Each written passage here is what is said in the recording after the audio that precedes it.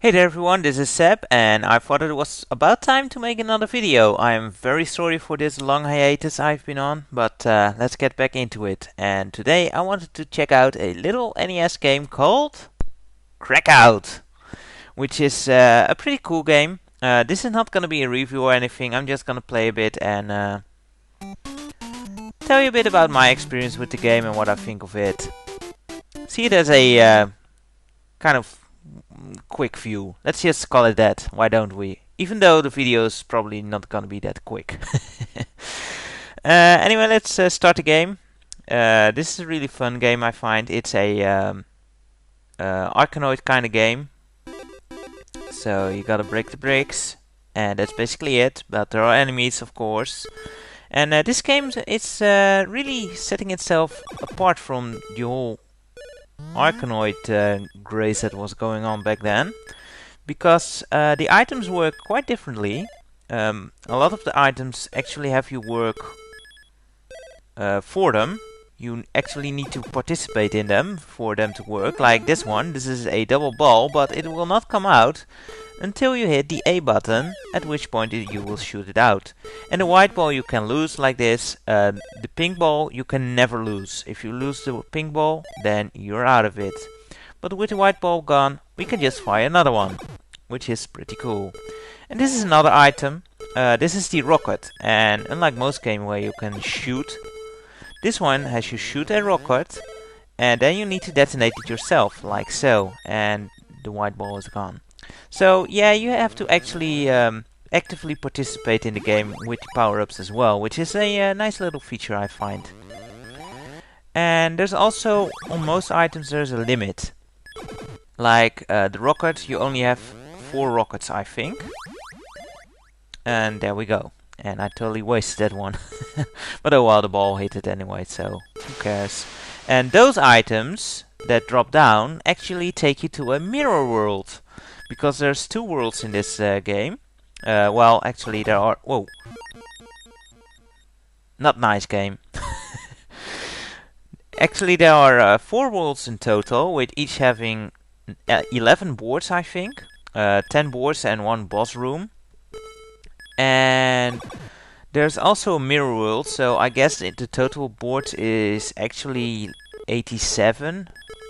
Because the first board doesn't have a mirror world, because when you pick up one of those items that drop down, you're taken to the next level actually in the mirror world. So yeah, 87 levels, not bad. But the mirror world, why I didn't take that is because the mirror world is considerably a lot harder than the normal world, and I was not paying attention there. Oh well. Actually completing this game though is a complete bitch. It's really hard to complete it. Not only do the levels get rather tough, especially in the mirror world where it has a lot of indestructible blocks levels, and you all know how much those suck in breakout games. But also, the way you need to complete this game is that at the end of the game you actually need to enter a password. And you need to find the password along the game. At certain levels there will be a letter on the sideline of the level, and you need to write that down. You need to collect 14 letters, and once you have done that, you need to make a word with that. Yeah, fun. And that is the password of the at the end of the game. So good luck with that. Not only do you have to watch the ball, but you also have to look out for letters and collect them all throughout the levels. I mean, there are, what did I say, 87 levels and 14 letters only. So yeah, it will probably take a couple of playthroughs. And then of course you have to also arrange those 14 letters to make the correct password. So yeah, it's a complete bitch to complete actually. But it is totally worth it. Let me just say that, because the actual ending of the game it's pretty unique. Let me just tell you that. I'm not gonna spoil it to you. You'll just have to figure it out yourself. But it will stroke your ego. Let me just say that. It's an awesome little ending. Damn it. And the game is also nice enough to give you infinite continues, so at least it has that going for it. And it also has a password feature, and it actually has a password feature which is pretty good, because it doesn't have the issue where a 1 looks like an I, because the I is not in the alphabet in this game. Same with the O, it's not there, so you cannot confuse it with the 0. So pretty cool. I really applaud the game makers for this. And I think this is actually made by, let me show you the Dark World here. I think this is actually made by Konami. And this is a big enemy. And it's also a level where there's no enemy, so there's less chance for a power-up. Although I believe in these levels there is actually a hidden block where you can get a power-up. Oh, come on.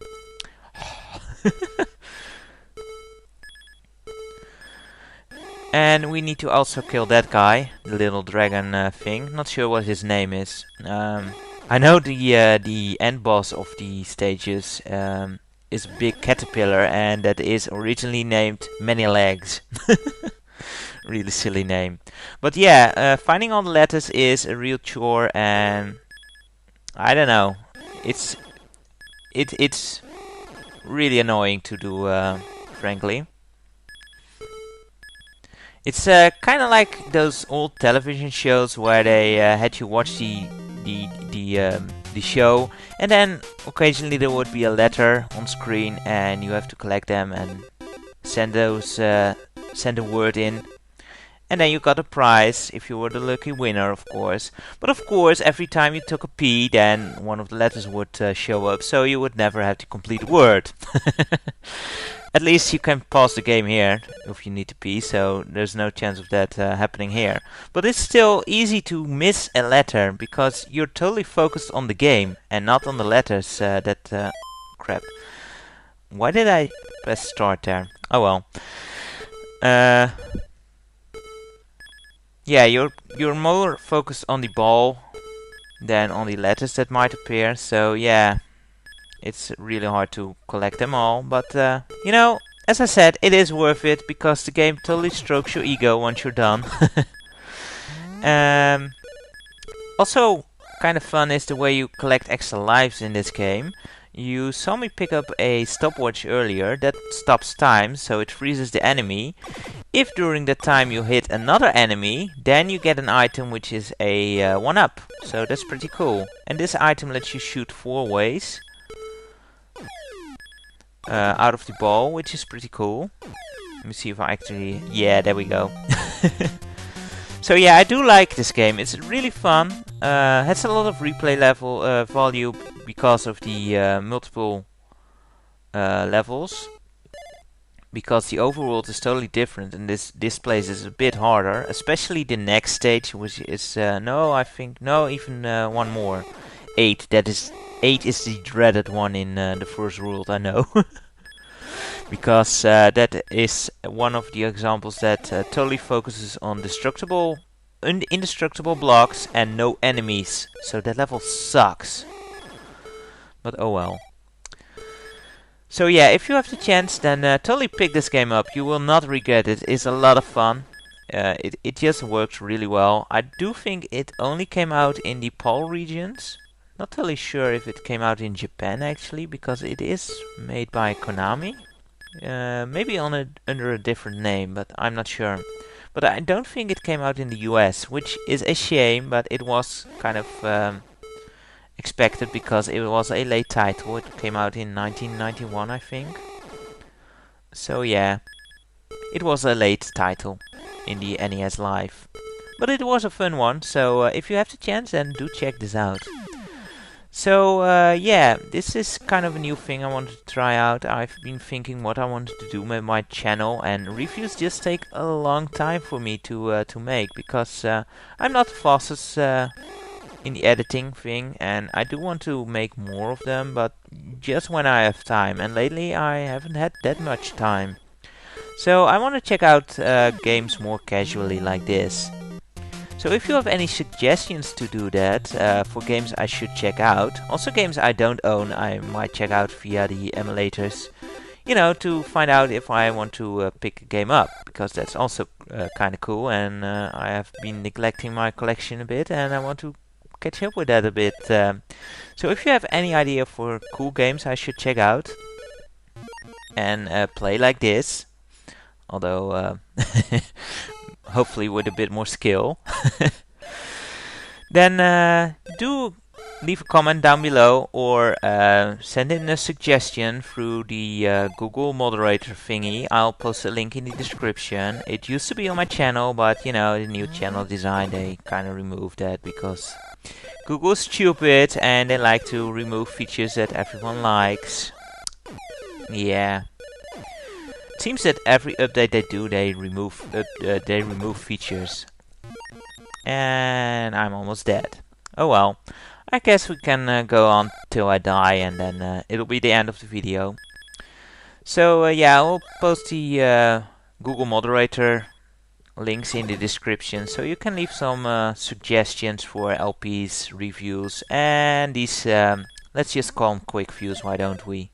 Even though the videos will be a bit long, they're just the casual playing of me and talking about my experience with the game, which is kind of cool. It's kind of a bit like something that Steve Benway does, I guess.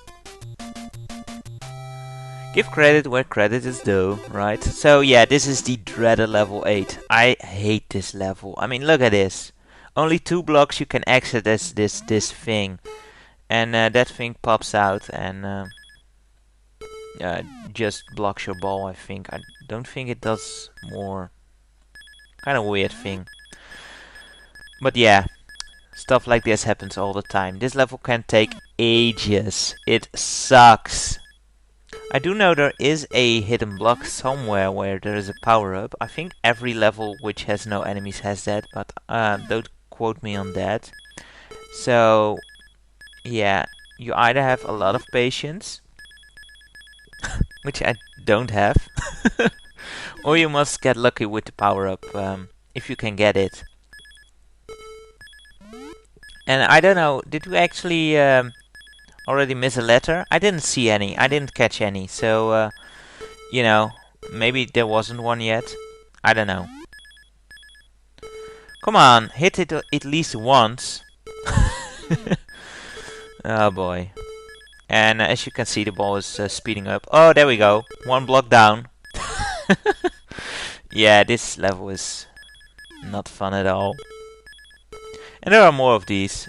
And there is a hidden power-up. Sweet. And that's actually a very helpful power-up in this case, because look at that. Sweet. Awesome. Yeah, you have to get really lucky with the power-up like that. That's the only way you're gonna get past there fast. And this seems like a pretty easy level again, but you know, just watch me saying that and dying right away. You can also speed up your pedal a bit by holding down the B button in old Nintendo fashion, like the old run button. So that can help you in a pinch as well. The game also has a bit of a story going on, which yeah, it's really lousy story, to be honest. I think this is some planet, and I'm actually not gonna get that because I like the Super Ball here, where it plows through everything, and I might actually want to catch that ball. But yeah, the planet is taken over by aliens or something, and you need to and they have initiated the self-destruct from the computer, and you need to cancel that by entering the command code, which of course you need to find because no one was smart enough to actually write it down. You know, might be handy, and I'm dead. Oh well.